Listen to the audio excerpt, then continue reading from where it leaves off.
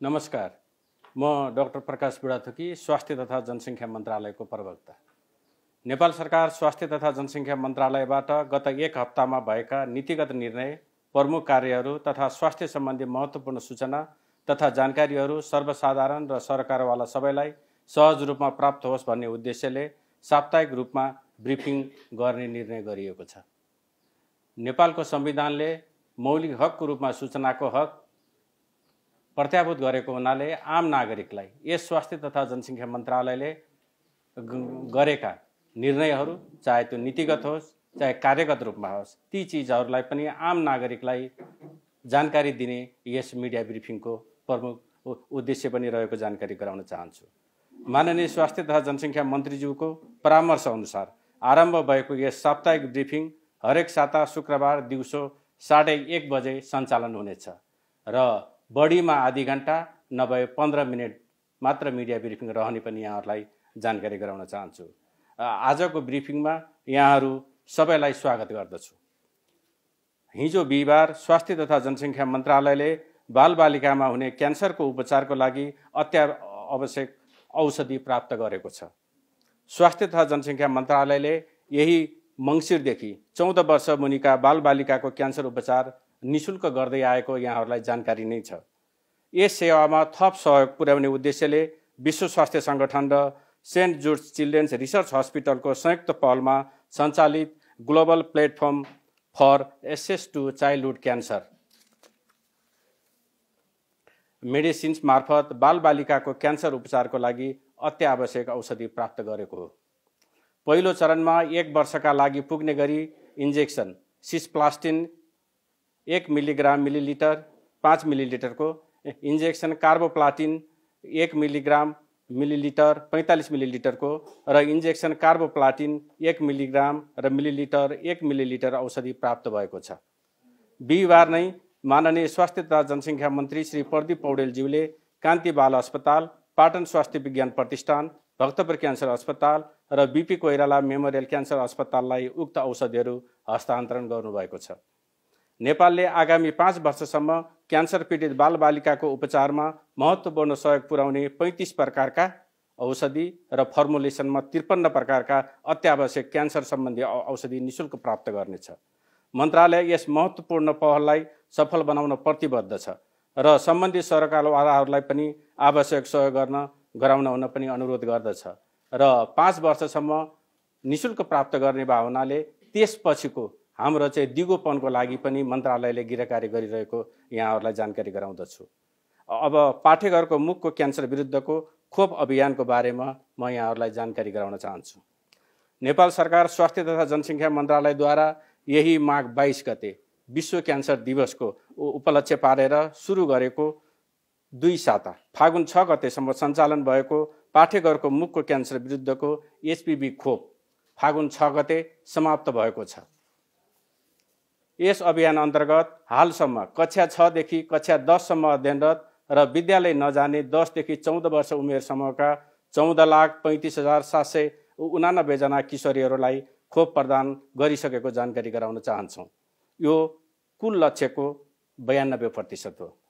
हिमाली भेगका मनाङ, मुस्ताङ, हुम्ला र डोल्पा जिल्लामा हाल हिमपात भएकाले खोप अभियान सञ्चालन गर्न अप्ठ्यारो भएको र फागुन अन्तिमतिर खोप अभियान सञ्चालन हुने जानकारी गराउन चाहन्छौँ। यदि एचपीभी खोप लगाउन छुट्नु भएको छ भने अभियान पश्चात पनि आफ्नो नजिकको स्वास्थ्य संस्थामा गई खोप लगाउन सक्ने व्यवस्था गरिएको हुनाले यहाँहरूलाई आफ्नो नजिकको स्वास्थ्य संस्थामा गएर खोप लगाउन हुन सल्लाह दिन चाहन्छु। यस विषयमा थप जानकारीका लागि मन्त्रालयका आधिकारिक स्रोतहरू वा मन्त्रालयको हेलो स्वास्थ्य कल सेन्टर 1115बाट पनि सूचना लिन सक्नुहुनेछ भन्ने म जानकारी गराउन चाहन्छु। यस अभियानलाई सफल बनाउन अहोरात्र खटिनुभएका सम्पूर्ण देशभरका स्वास्थ्यकर्मी, महिला सामुदायिक स्वास्थ्य स्वयंसेविका, शिक्षक, अभिभावक, सञ्चारकर्मी तथा अन्य सरकारवालाहरूप्रति स्वास्थ्य तथा जनसङ्ख्या मन्त्रालय धन्यवाद ज्ञापन गर्दछ। अब पाठेघरको मुखको क्यान्सर स्क्रिनिङ सम्बन्धी जानकारीतर्फ जान चाहन्छु, किनभने हामीले पाठेघरको मुखको क्यान्सरलाई नलागोस् भन्नको लागि चाहिँ किशोरीहरूलाई खोपको व्यवस्था गरिसकेका छौँ भने जो 30 वर्षभन्दा माथि उमेरका हुनुहुन्छ उहाँहरूको समयमै पहिचान गर्न सकियोस् र समयमै निदान हुन सक्यो भने पाठेघरको मुखको क्यान्सरलाई निको पार्न सकिन्छ भन्ने मूल उद्देश्यका साथ हिँडेको हुनाले नेपाल सरकारले सन् 2030 सम्ममा पाठेघरको मुखको क्यान्सरलाई निवारण गर्ने लक्ष्य पनि लिएको छ। यही लक्ष्य अनुरूप नेपाल सरकारले एचपीभी खोपसँगै देशभरका 30 देखि 49 वर्षसम्मका महिलाहरूको पाठेघरको मुखको क्यान्सर स्क्रिनिङ कार्यक्रम देशैभर सञ्चालन गरेको छ। यस आर्थिक वर्षको मध्यसम्ममा भिआइए विधिबाट 60,937, एचपीभी डीएनए विधिबाट 9,927, प्याप स्मेयर विधिबाट 21,409 गरी जम्मा 92,273 जना महिलाहरूले पाठेघरको मुखको क्यान्सर स्क्रिनिङ गराउनु भएको जानकारी गराउन चाहन्छु। यदि तपाईँ वा तपाईँको परिवारमा 30 देखि 49 वर्षसम्मका महिला हुनुहुन्छ, पाठेघरको मुखको क्यान्सरको स्क्रिनिङ गराई यस रोगबाट बच्न र बचाउन र नेपाल सरकारको लक्ष्यलाई पुरा गर्नलाई सहयोग गर्न हुन म हार्दिक अनुरोध गर्दछु। अब नसर्ने रोगको पहिचानका लागि 1 महिने अभियान जुन फागुन महिनाभरि चलेको छ त्यसबारे म यहाँहरूलाई चाहिँ जानकारी दिन चाहन्छु। नेपालको मृत्यु र अपाङ्गताको मुख्य कारणका रूपमा रहेको नसर्ने रोगको बढ्दो जोखिमलाई ध्यानमा राखी यस फागुन महिनाभर नसर्ने रोगहरूको रोकथाम, प्रारम्भिक पहिचान र व्यवस्थापनका लागि देशव्यापी अभियान सञ्चालन भइरहेको छ।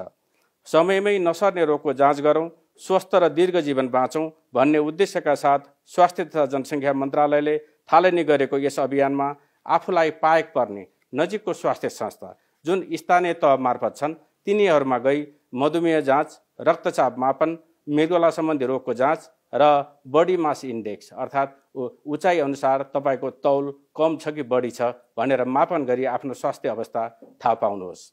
मधुमेह, उच्च रक्तचाप, मृगौला सम्बन्धी रोग, मोटोपना, क्यान्सर जस्ता प्राणघातक नसर्ने रोगहरूको प्रारम्भिक अवस्थामा नै लक्षणहरू पहिचान भयो भने यी रोगहरूबाट बच्न सकिन्छ, छिटो स्वास्थ्य लाभ गर्न सकिन्छ र उपचारमा लाग्ने खर्च पनि कम हुन्छ। त्यसैले नियमित स्वास्थ्य परीक्षण औपचारिकतामा मात्र होइन, यो आफ्नो स्वास्थ्यमा गरिने लगानी पनि हो भन्ने सोचेर सबैले आफ्नो नजिकको पाएक पर्ने संस्थाबाट नियमित रूपमा स्वास्थ्य परीक्षण गराउन पनि हार्दिक अनुरोध गर्दछु।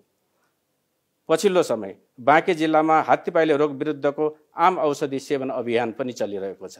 त्यसबारेमा यही फागुन 5 गतेदेखि बाँके जिल्लाको नेपालगञ्ज उपमहानगरपालिका र फागुन 7 गते डुडुवा गाउँपालिका, नरैनापुर गाउँपालिका र बैजनाथ गाउँपालिकाको वार्ड नम्बर 4 मा हात्तीपाइले रोग विरुद्धको आम औषधि सेवन अभियान सञ्चालन भइरहेको छ। यो अभियान 1 महिनासम्म चल्नेछ। नेपालको 64 वटा इन्डेमिक जिल्लाहरूमध्ये 56 जिल्लामा समुदाय स्तरको सङ्क्रमण रोकी आम औषधि सेवन अभियान बन्द भइसकेको छ र 7 वटा जिल्लाहरू मूल्याङ्कनको चरणमा रहेका छन्। यदि यही मूल्याङ्कनको आधारमा बाँके जिल्लामा हात्तीपाइलेको चाहिँ बिरामी भेटिएको हुनाले त्यहाँ यो अभियान सञ्चालन गरिएको हो। जनस्वास्थ्य समस्याको रूपमा रहेको हात्तीपाइले रोग निवारणका लागि नेपालमा सन् 2003 देखि आम औषधि सेवन कार्यक्रम सुरु गरिएको जानकारी गराउन चाहन्छु। यस अभियानमा पछिल्लो तथ्याङ्क अनुसार कुल लक्षित जनसङ्ख्या 2,57,762 मध्ये करिब आजको 3 दिनसम्ममा 10% औषधि सेवन गरिसक्नु भएको जानकारी गराउन चाहन्छु। यस अभियानमा लक्षित उमेर समूहका सबैले सहभागी भई हात्तीपाइले रोग विरुद्धको औषधि सेवन गर्न र अरूलाई पनि सेवन गर्नका लागि सहयोग गर्न हुन अनुरोध गर्दछु। नेपालबाट हात्तीपाइले रोग निवारण गर्न सबैको र सबैले आफ्नो तर्फबाट सहयोग गर्न हुन पनि म अनुरोध गर्दछु। अब पछिल्लो समय सुर्तीजन्य पदार्थको नियमन र नियन्त्रणको लागि निर्देशिकाको बारेमा यहाँहरूलाई चाहिँ जानकारी गराउन चाहन्छु। माननीय स्वास्थ्य तथा जनसङ्ख्या मन्त्री स्तरीय निर्णय अनुसार 2081 माघ 21 गते सुर्तीजन्य पदार्थको बट्टा, प्याकेट, र्यापर्स, पेटी तथा पार्सल प्याकेजिङमा चेतावनीमूलक सन्देश र चित्र छाप्ने तथा अङ्कित गर्ने निर्देशिका 2081 जारी भएको जानकारी गराउन चाहन्छु।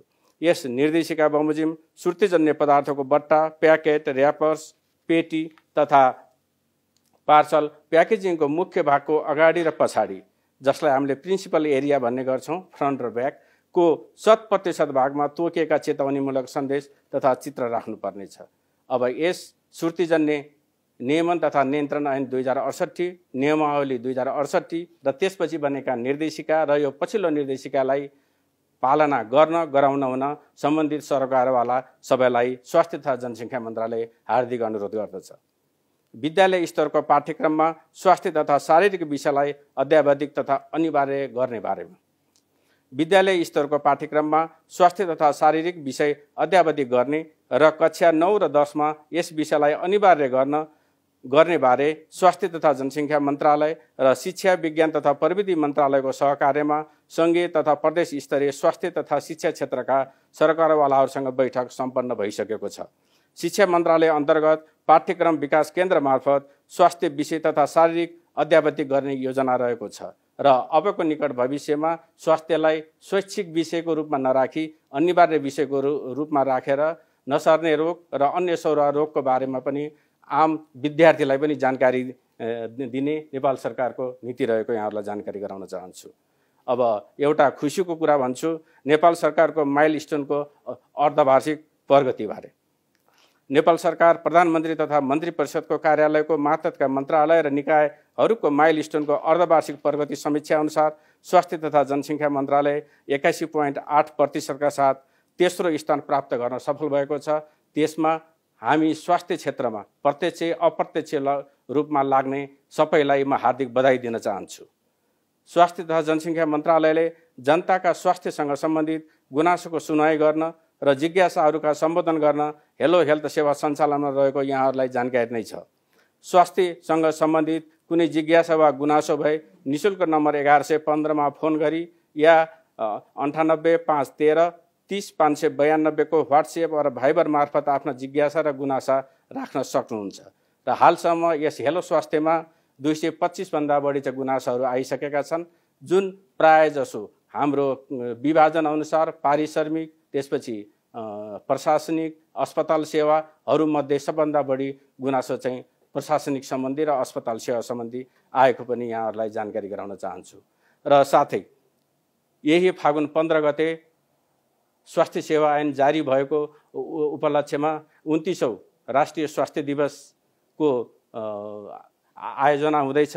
उक्त दिवसमा बिहान योग, रक्तदान, त्यसपछि नसर्ने रोगको स्क्रिनिङ र फर्मल प्रोग्रामको आयोजना गरेको हुनाले यहाँहरू सबैलाई त्यसमा सहभागी भइदिन पनि हार्दिक अनुरोध गर्दछु।